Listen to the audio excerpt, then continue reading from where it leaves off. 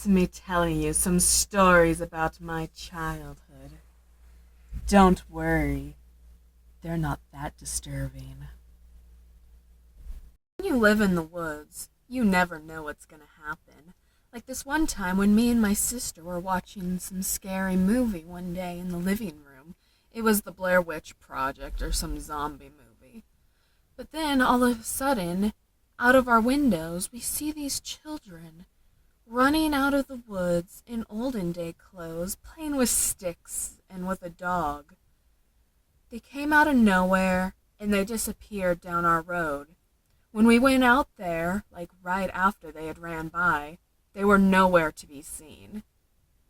Those children never existed where we lived, ever.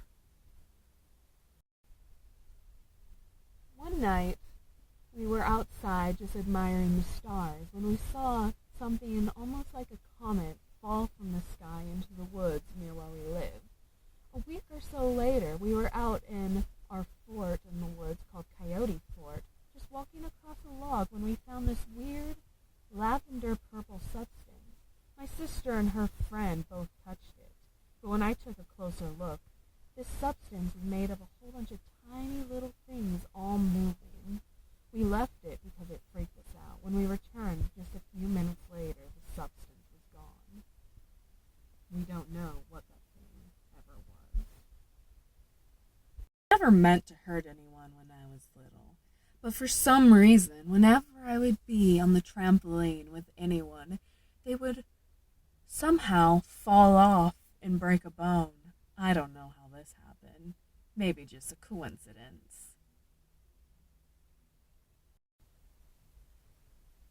Like typical children, we like to play games.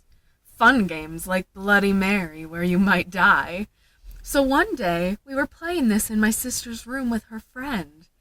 We turned off the lights, had Bloody Mary written on the mirror, and after we turned around 3 times and turned on the lights, my sister and her friend appeared to have been out of their wits. They were whispering things and came at me. I hit them in the head with a book and ran out of the room. When I came back with my parents, they said they didn't know what happened. You have to wonder what did happen. I've always been obsessed with the supernatural. Even when I was in 2nd grade, I wanted to be something other than a human. So me, my sister, and my friend set up an altar, looked up a ritual spell, and we did a cast to turn ourselves into werewolves. And I believed it. I wanted to be that fierce creature until I realized that I wasn't. Now let us transition to other parts of my childhood unrelated to my home. The situation with my sister and her friend was not the only time I came in contact with Bloody Mary. As a child, when I was being bullied, my imaginary friend was Bloody Mary. She was a little girl in a white dress with long black hair, almost like the girl from The Ring. The only difference was that she was completely drenched in blood, and she's the person who I would spend most of my time with. I do have some regrets about my childhood, like how creepy I guess I would be to the boys I would crush on.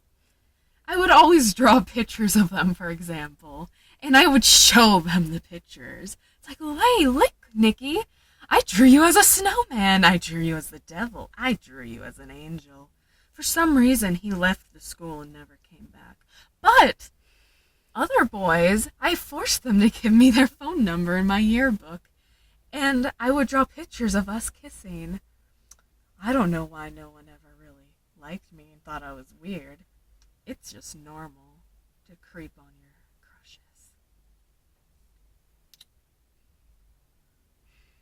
I don't take kindly to being treated bad.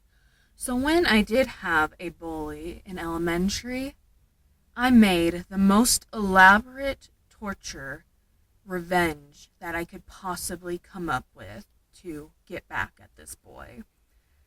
Who knows if it actually went down or not. But let's just say, after what I did, he never came back to our school.